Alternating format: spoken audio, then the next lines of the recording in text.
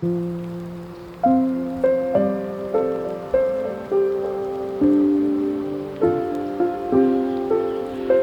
everybody, my name's Ollie. Welcome to another edition of The Watch Collector. As you can tell, it's cold, -3 actually. Today I've come up to the headquarters of the limited edition to have a chat with Pietro, the founder and visionary for the brand. And that brand has of course become retailer for multiple huge selling brands over the last 8 years or so since inception. So come to have a chat with him and come to have a look at some super interesting watches. Come join us. Let's go meet Pietro.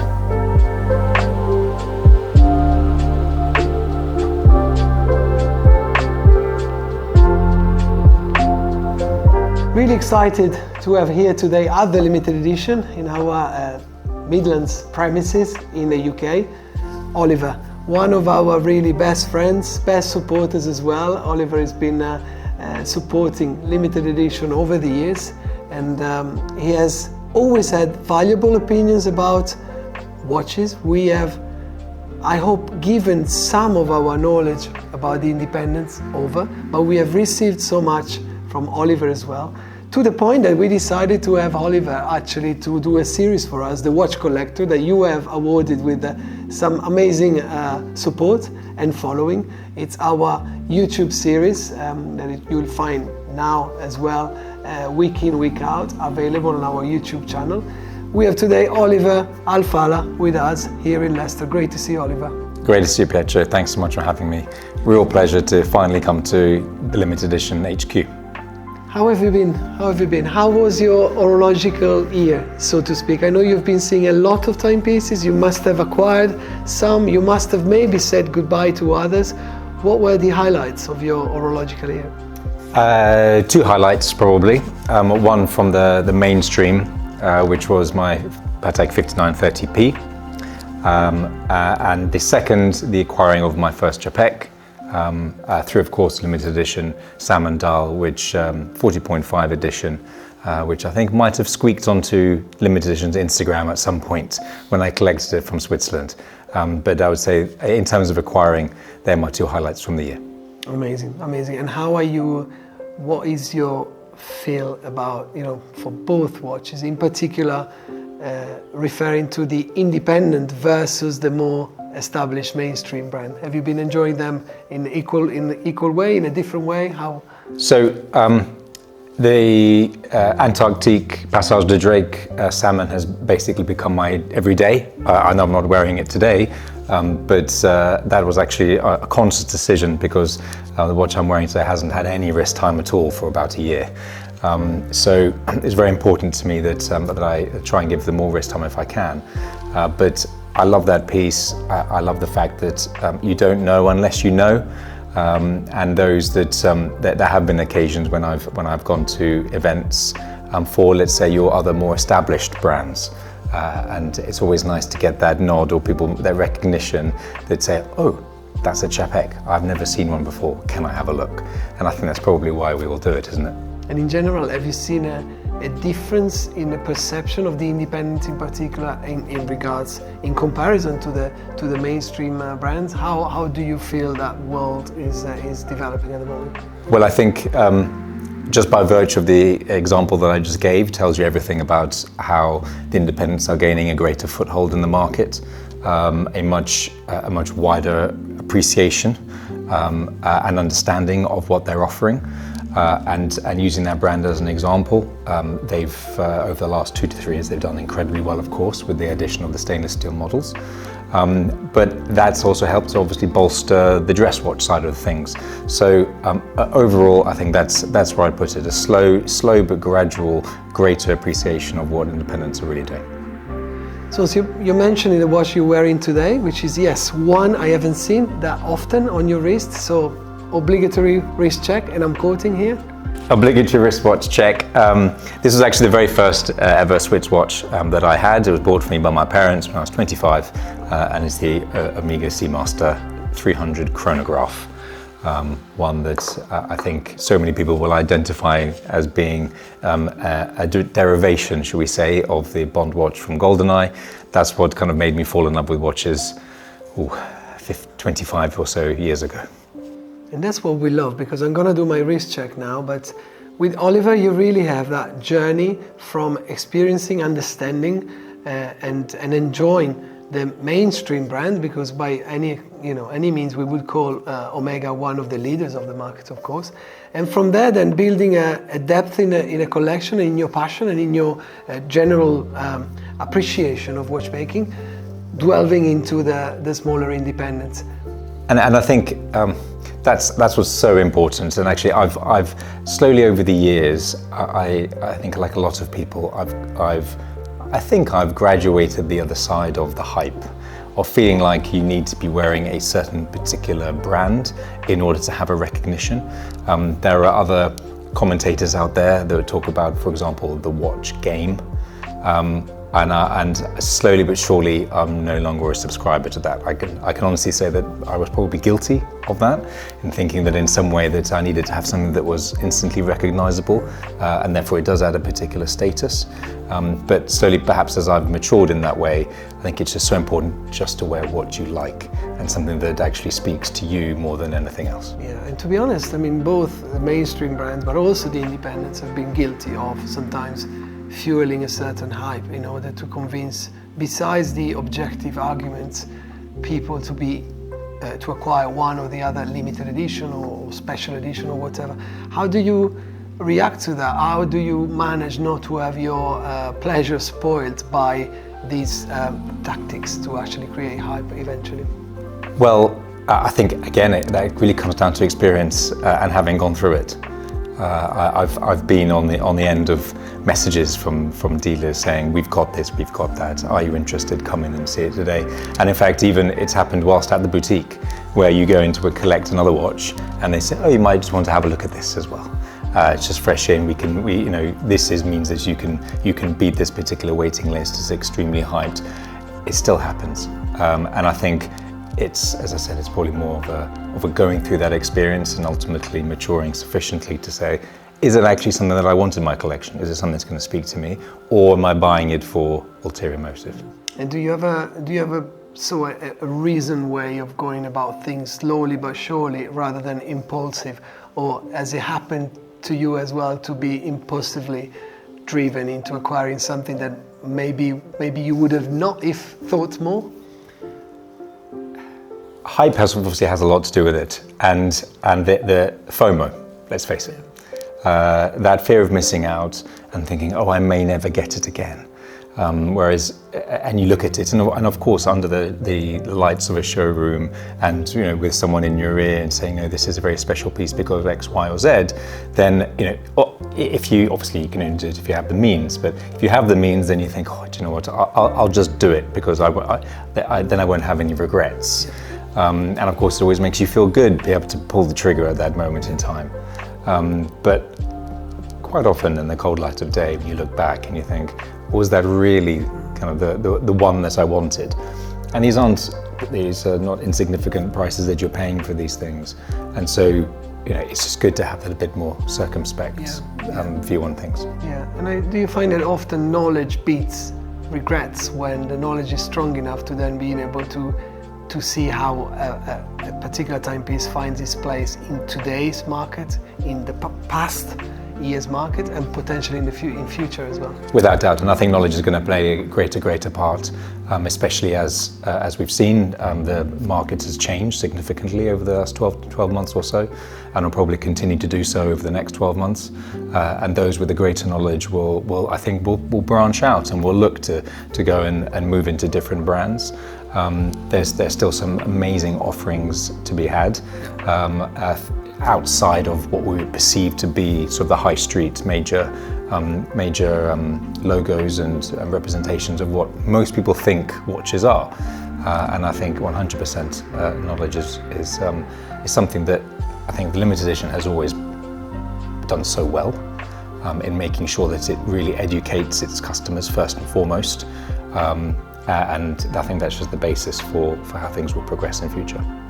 Absolutely, yeah. I can only agree, and I can say also for us it was a revealing year, this 2023, going into this 2024. There were some great highlights as well that made our passion for independent watchmaking even richer and even more entertaining, if you like. And makers, we are very grateful to have on board as official retailers as well. One of them you just mentioned is Czapek, and we have here a selection of really highlights, not necessarily being released last year, but of brands that have meant so much for the limited edition development last year. Czapek is one of them. This Kedeberg is kind of, how can I say, counterintuitive, Oliver, because besides the huge success of the Antarctique, I find the Kedeberg holding the spirit of Czapek and the meaning of Czapek Genève as a brand today, and the reasons why Czapek has been revamped in 2015. So the Kedeberg is a piece that in so many ways embraces this concept of building the knowledge, understanding the brand inside out, to then being directed to purchase the correct timepiece, the timepiece that eventually potentially can stay with us for ages. What's your take on the Kedeberg? Are you a fan? I know you're an Antarctique, of course, lover. Do you like this classical version of the Czapek? So I can remember when these were first released, and we met and we had lunch not long after, and you brought a few examples. And when I first saw the piece, my initial reaction, hope you don't mind me saying, was somewhat lukewarm. The case didn't, on initial impression, didn't have enough to say that this was something that really stood out to me. However, bearing in mind this is probably around 4 years or so ago, maybe a little longer, now my appreciation for this watch has completely changed. In much the same way that, for example, Laurent Ferrier has made such great strides in creating a very elegant, but in a sense quite simplistic case. That's actually one of the reasons why I appreciate the Kedeberg now. I love the fleur-de-lis hands. I love the way that they're burned in midnight blue. The offset dials are extremely pretty, coupled with the fact that you also have probably, I think, one of the finer, if not one of the finest, movement manufacturers and finishers in the business. What they've done is they've curated a brand that I think really lives up to the glorious past. Absolutely. And it has now, perhaps going back to the maturity that I referred to earlier, a timeless elegance to the Kedeberg that very few new entrants to the market have been able to create. Absolutely, because pre-Antarctique, Czapek was really a hidden gem in so many ways. I really like the double indication of the power reserve, 7 days power reserve with the day indication, because it's a clear historic reference to the Calvinist times in Geneva, where you would want to wear your watch on a Sunday and then having your watch to be, still accurate 1 week later when you would wear it again on the Sunday. So this is where I find the spirit of a story really lays. And we talked about wristwatch check before. I didn't do mine purposely. I'm wearing a Kudoke today. It's the K2 British Heritage, which was a sold-out edition. We were very grateful to be able to showcase a couple of years ago, and that doesn't happen by mistake, because of course another piece that is definitely a massive highlight, and now this is a 2023 release, and actually there will be soon a full review of the K3, the Kudoke K3, which offers the usual painstaking characteristics that you would expect from a Kudoke K3, with the addition of a very alternative and original way of telling the time. I was surprised, but I was really happy, because from being completely extravagant in creatively, Stefan Kudoke with the Kudoctopus, with the Mysticum, with the funky pieces that Stefan is famous for, to then the classic vision on a K2 or on a K1 that you know very well if you've been on the limited edition catalog. Now there is another evolution, and it gives me the vision and the idea of the watchmaker that is itchy always to go the next step and to show some other parts of his creativity and his inspiration. And to do something different, and to give you a reason to buy different watches from the same manufacturer. And that sounds like a very commercial viewpoint, but ultimately it's about pushing the boundaries, it's about giving consumers something different. And if I'm not mistaken, this is the first with the in-house caliber 1. So no, they're all also the K2 and the K1. They are based on an in-house development made with Hebring, Austrian Hebring. Yeah, but this is a completely different execution of the time display. First of all, before we even get to the watch itself, I love the strap. It's got almost metallic nature to it, which I think is really, really clever. I like that a lot, and it really offsets the silver and grey in the dial. I think a lot of people don't necessarily give credit for just how difficult it will be to get the bezel stepped once, twice, 3 times before it meets the sapphire crystal. And I think that's one of the reasons why Kudoke has been so successful, because the attention to detail, whilst also still carrying, for want of a better word, sexiness, not a lot of other brands are able to do. At the price point as well. At their price point. And coupled with, I mean, we'll get to the representation of time in a minute, but coupled with the fact that obviously you can get the hand engraving if you want to, especially on the movement, which is already very finely finished. But the way that they execute that is superb. Yes, and I think we'll see much more from Kudoke, and it's one of the makers that really excite us and at so many levels, so to speak. You gave me the idea, I'm wondering now, are you, as a collector, are you one that would try to pick the best from every brand? Do you tend to get very loyal to 1 or 2 or 3 brands and look very little outside? How would you define yourself? Where does your taste lay in this?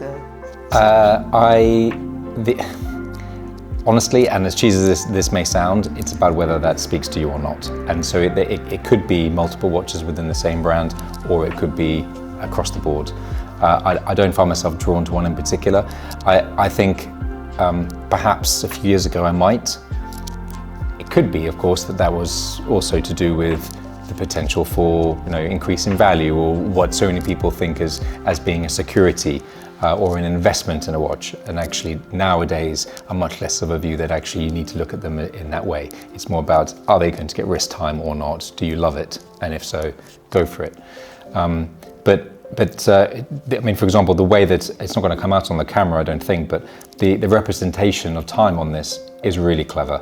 So you have multiple hands, the one at center displaying the minutes, and then you have the movement then powers multiple hands to give an indication of the hours across these 3 discs that take the top third of the dial. So it's, when you read it, when you read the website and it tries to explain this watch, I don't think it does it justice. It makes it sound so much more complicated than it actually is. And you might even think to yourself, well, actually, I'm not quite sure that appeals to me. But it's extremely visual. It's interesting.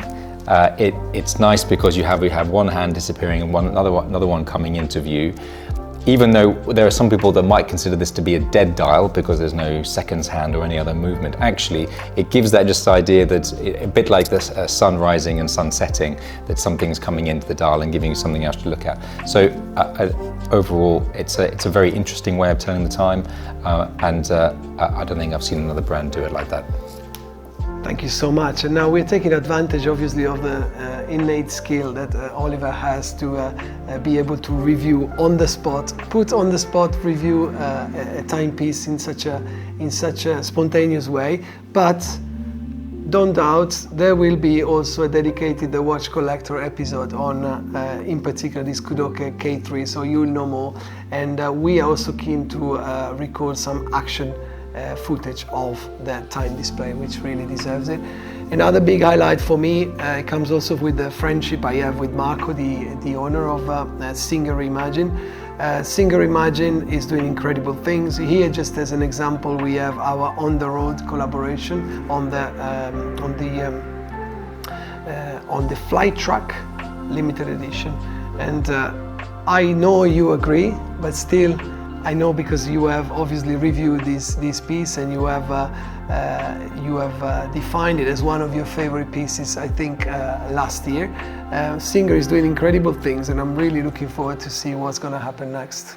Yeah, I mean, what I loved about this was there are plenty of brands that have tried to reimagine, forgive the pun, reimagine a 70s, 60s, 70s persona within a watch, and also try to capture the essence of what you might perceive as a road trip or a rally. Some have been more successful than others, but the case is lovely. The satin finish is beautiful. The way that you have the brushed edges gives it an element of crispness that you wouldn't get otherwise. It's instantly Singer. I don't think it's mistakable for any other brand, and I think that's some others haven't been quite so successful at creating something that is so obviously them. And they have an identity. They have an identity. Coming up clearly. Yeah, and it's and I think you could probably even get rid of the typeface Singer on the dial, and you'd still know what it is. And so I think they absolutely have to be praised for that, because that's very difficult to do. And we're looking forward to, as I said, much more from Singer and from the over 50 independent watchmakers that we are obviously proud to represent at the limited edition. Thanks to the support of collectors like yourself, Oliver, that are open enough, to be able to embrace the stories coming from the real world of the artisan watchmaking. And because of that support, a small thing from us here as a first thing. That's very kind, thank you. And we may... Open it now? Yeah, I think first I give you the second treat as well. Okay. Which is a bit of it's obviously your own bespoke HYT watch that you sent to us for servicing. And it's been to Switzerland, it's been serviced perfectly, and it looks absolutely stunning as when we had that adventure and we helped conceiving that. Fantastic. Piece, yeah. I mean, I've been looking forward to getting this baby back for quite a while. It's a very special piece and something that definitely holds a special place in my heart over the last 4 years or so. Here we go. So this was an adventure and a half, wasn't it? When we it was an adventure and a half, and if you wouldn't mind, I'll do a separate video specifically on the story of this. Well, she looks great, and I can't wait to tell the viewers a little bit more about it, and I'll leave the putting on the wrist until then. But thank you for sorting that out. I really appreciate it. Fantastic. Oliver, thank you for your visit at the limited edition today. It's been an absolute pleasure, but more importantly, thanks for your support. I think you embody the breed of collectors that we've been cherishing over the last few years, of those that are really sensitive and interested in understanding, digging deeper in the world of independent watchmaking, and that's where we really thrive and make our best efforts. So thank you very much. No, not at all. Thank you so much, Pietro. Thanks for giving me the opportunity to have a look at these beautiful pieces. I look forward to looking at a few more in the very due course, and thank you so much for giving me back my HYT. It's a real pleasure. Thank you for having me. Thank you. Pleasure.